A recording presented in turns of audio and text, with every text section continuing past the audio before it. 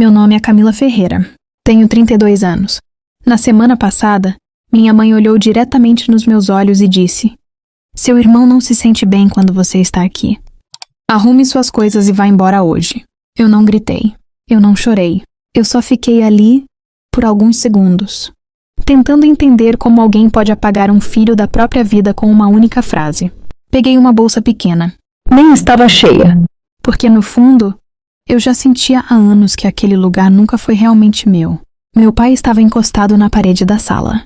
Ele viu tudo, mas não disse nada. Sabe aquele silêncio que machuca mais do que qualquer palavra? Aquele foi o momento em que eu percebi que eu sempre estive sozinha naquela casa. Saí sem olhar para trás. 5 dias depois, meu telefone não parava de tocar. Mas antes de te contar por quê, me diz uma coisa nos comentários. Você já sentiu que era invisível dentro da sua própria família? Agora deixa eu te levar de volta para o momento em que tudo começou. Era uma noite comum de domingo. Eu estava na cozinha, lavando a louça, enquanto o cheiro de comida ainda preenchia a casa. Meu irmão Lucas estava no quarto dos meus pais, como sempre. Ele sempre estava lá. O favorito, o protegido, o intocável. Eu ouvi a voz dele baixa, quase chorando, e a voz da minha mãe, suave e preocupada, como se ele fosse a única pessoa que importava no mundo. Alguns minutos depois a porta se abriu.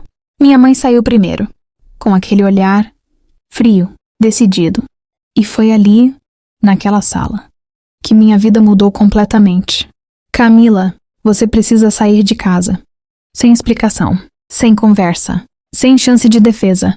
Naquele momento, eu entendi uma coisa que levei anos para aceitar.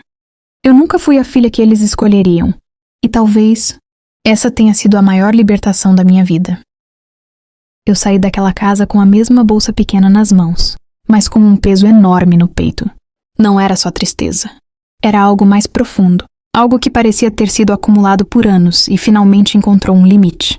No caminho até o carro, eu ainda podia ouvir a voz da minha mãe dentro da minha cabeça, repetindo as mesmas palavras: "Arrume suas coisas e vá embora."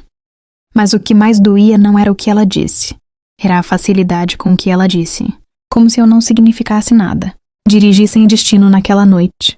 As ruas de São Paulo estavam cheias, como se o mundo continuasse normal, enquanto o meu desabava em silêncio. Parei em um estacionamento vazio e fiquei ali, olhando para o volante, sem saber o que fazer com a minha própria vida. Meu celular vibrou uma vez, depois 2, depois várias, mas eu não atendi, porque eu sabia exatamente o que viriam dizer. "É só uma fase. Seu irmão está sensível. Você precisa entender a situação." Sempre era assim. Sempre era eu quem precisava entender. Nunca eles. Naquela noite algo dentro de mim mudou. Não foi raiva. Ainda não. Foi clareza. Uma clareza fria, quase assustadora. Eu comecei a lembrar de tudo. As vezes em que meu irmão quebrava coisas e eu era culpada. As vezes em que ele gritava e eu era mandada calar a boca. As vezes em que meus sonhos eram interrompidos porque ele precisava de atenção. E o pior, eu aceitei tudo isso por anos. Porque eu queria acreditar que família significava amor. Mas amor não expulsa alguém de casa sem olhar nos olhos dela. Eu passei a noite naquele carro, sem chorar, sem dormir, apenas pensando.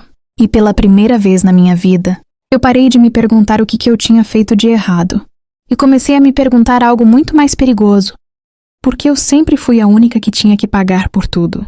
Naquela madrugada eu não sabia ainda, mas eu já não era mais a mesma Camila que tinha saído daquela casa. Algo tinha sido quebrado dentro de mim. E algo novo estava começando a nascer.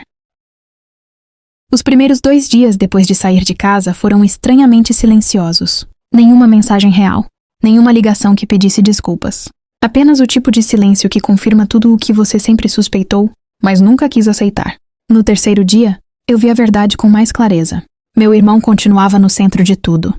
Enquanto eu estava fora, ele ainda estava lá dentro, sendo cuidado, protegido e entendido. E eu tinha sido simplesmente apagada como se minha presença nunca tivesse importado. Foi quando uma mensagem chegou da minha mãe. "Sua ausência está deixando seu irmão pior. Ele precisa de você fora para se sentir bem." Eu reli aquilo várias vezes. Não porque eu não entendi, mas porque eu entendi perfeitamente. Naquele momento não havia mais dúvida. Eu não tinha sido expulsa por algo que fiz. Eu tinha sido expulsa por algo que eu representava. A pessoa que não precisava ser salva. A filha que não quebrava facilmente. A mulher que não podia ser controlada. E isso era o verdadeiro problema. Naquela mesma noite, algo inesperado aconteceu. Meu telefone tocou de um número desconhecido. Eu atendi por impulso. Era minha tia. A voz dela estava baixa, quase hesitante. Você precisa entender uma coisa. Isso não começou agora. Sua mãe sempre fez isso. Sempre escolheu o caminho mais fácil, não o certo. Eu fiquei em silêncio, porque pela primeira vez, alguém estava dizendo em voz alta o que eu sempre senti sozinha. Depois da ligação, eu fiquei olhando para o teto do pequeno apartamento onde estava hospedada, e dentro de mim, uma decisão começou a se formar. Não era sobre voltar. Não era sobre lutar por amor que não existia. Era sobre algo muito mais profundo. Se eles realmente acreditavam que eu era o problema, então um dia eles teriam que viver sem mim de verdade. E eu queria ver quanto tempo eles conseguiriam manter essa casa de pé. No 5º dia, tudo mudou. Não para mim, mas para eles. Eu acordei cedo, como sempre, mas dessa vez havia algo diferente no ar. Meu celular estava cheio de chamadas perdidas. Minha mãe, meu pai, até meu irmão. Eu não atendi. Eu já não era mais aquela pessoa que corria para consertar tudo. Por volta do meio-dia, uma mensagem chegou. Era do meu pai. Volta para casa. A gente precisa conversar. Sua mãe está muito mal e seu irmão não está conseguindo lidar com sua ausência. Eu li aquela frase devagar. Não está conseguindo lidar. Por anos eu fui a pessoa que lidava com tudo. Com crises, com silêncio, com injustiças. E agora? Eles estavam descobrindo o que acontece quando essa pessoa para. À tarde, outra mensagem chegou. Dessa vez da minha mãe. Nós erramos. Por favor, vem pra casa. Não está tudo bem sem você. Eu senti minhas mãos ficarem frias. Não era um pedido de desculpas completo. Não era reconhecimento. Era desespero. E desespero não é o mesmo que arrependimento. Naquela noite, eu sentei na cama e olhei para a tela do celular por um longo tempo. Meu irmão tinha conseguido exatamente o que queria. Minha mãe tinha mantido o controle da narrativa. Meu pai tinha permanecido em silêncio até não ter mais conforto para isso. E eu tinha ganhado algo que nunca tive antes. Distância, paz e clareza. Eu não respondi imediatamente. Em vez disso, escrevi uma única frase e deixei salva. Vocês não perderam minha presença. Vocês perderam minha disponibilidade. Naquela noite eu percebi algo final. Algo irreversível. Eu não era mais parte daquele sistema. Eu não era mais a filha que eles podiam expulsar e depois chamar de volta quando tudo desmoronava.